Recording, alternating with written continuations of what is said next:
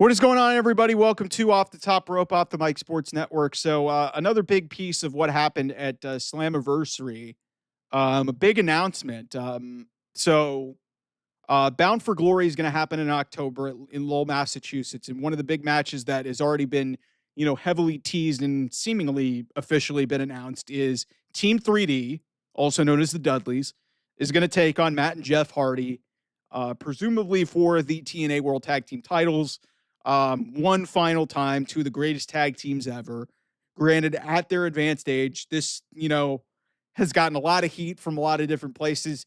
Listen, it's going to be a nostalgia overload, okay? And, I got to give credit to Matt and Jeff for kind of revitalizing their image after, it didn't work out in AEW.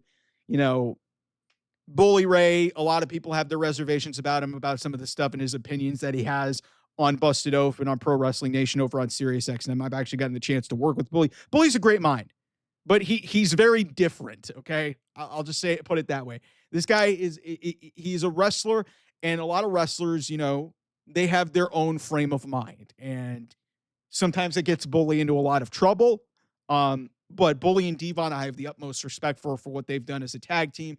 Obviously Devon's at a very advanced age, but Matt and Jeff are still getting it done. I mean, for God's sake, Jeff Hardy climbed a fucking rope ladder to win the World Tag Team titles on Sunday at Slammiversary.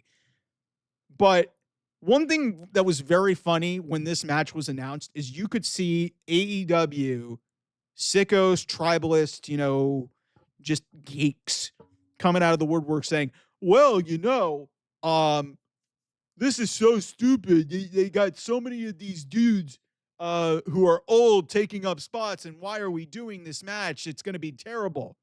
Leaving out the fact, and I understand that Christian is still getting it done at his advanced age, and Adam Copeland, who I love dearly, but he has massively slowed down at this stage of his career, and, some people say his ego's gotten out of his control.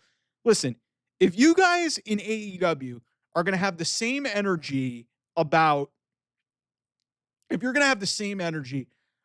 Cope and Christian getting back together, and you're going to have the same, if you're going to have problems with Matt and Jeff taking on Bully Ray and Devon in one last match in a big show when, TNA is trying to get a television deal. These are two of the greatest tag teams of all time. Get some finality for one of the great tag team rivalries ever. And, they got 3 months to potentially, get these guys into shape so it doesn't turn into a train wreck. People will make the jokes about DX versus the Brothers of Destruction at Crown Jewel. But listen, why don't you guys share that same energy about, Cope and Christian getting back together? I'm looking forward to that. And people think that I fucking hate AEW. But if you're gonna be mad about Matt and Jeff taking on the Dudleys or Team 3D, you should share the same fucking energy about, Cope and Christian. I'm very even. I'm looking forward to both of these. Even if that Team 3D Hardy's match is a fucking train wreck, those guys are gonna go out and fucking kill each other. And, it'll be kind of a spectacle. And, if they handle it the right way and, do it in a certain way that maybe like these guys don't fucking destroy, like, make it seem like a fucking car wreck, it could actually be a good spectacle. Like, if you're, nostalgia is a unique thing in wrestling. And if done the right way, it could be done really cool. Like we saw with AJ Styles coming back. Granted, AJ Styles, hey, he's at a stage of his career where he can still do things in the ring. And he's actually been very, very entertaining in WWE and what he did for Leon Slater.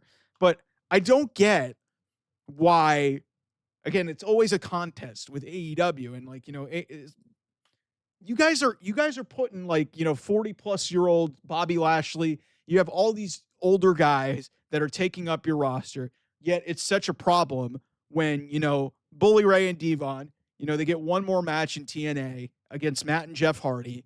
Matt and Jeff have actually done really well for themselves recently. They had a great match, very highly entertaining ladder match that happened at Slammiversary. But this whole notion that like, hey, it's such a travesty or it's going to be such a train wreck. It's like, listen, I get that, Cope and Christian, and Christian's actually done a really good job of keeping himself, like, you know, in pretty good condition and wrestled some pretty damn decent matches. But are we supposed to act like, hey, like if they didn't have FTR, what are we looking at here? If they didn't have FTR, I don't know where this thing was going.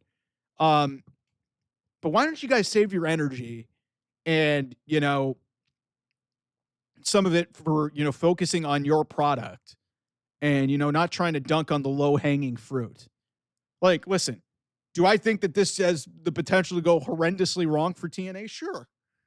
But to act like it's some sort of, like, you know, joke thing when, you know, when AEW is trying to put together a great tag team from that same era, by the way, and try to put them back together after they've been telling this whole story. And I know some AEW fans are like, yeah, you know, I don't want to see Cope and Christian back together. But okay, that's great.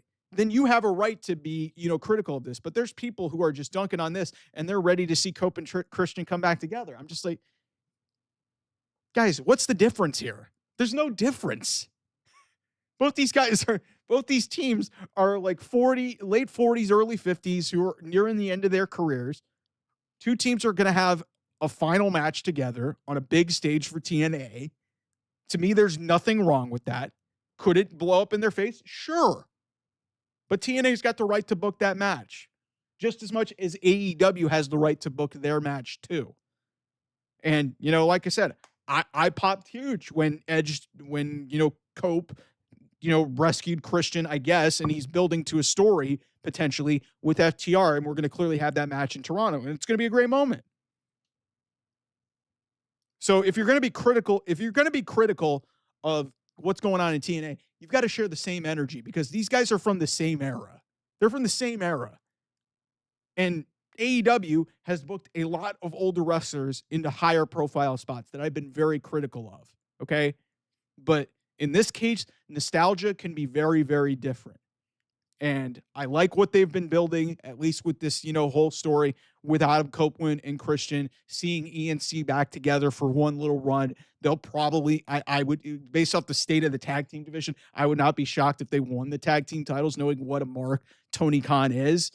But I didn't have nearly as much of a problem with this booking of this tag match because I was like, cool. It took me back to when I was a teenager watching these guys. And I've gotten to work with Bully Ray. I have the utmost respect for everything that he's done for the tag team. But everybody was just trying to down this decision like it was some sort of travesty. I was like, AEW's got literally the same thing going on. And you're ripping it apart. And you're not ripping that apart? Come on. What the fuck are we doing, man? Sickos need to, it's like, worry about your own company. Because if you're going to bitch and moan about this, the same shit is going on in your place, okay? It happens in wrestling. So if I'm being completely fair, like I said, I like both of these situations. I'm not ripping one over the other. And people think I hate AEW. But this is one of those things that I'm actually kind of in on that a lot of people aren't.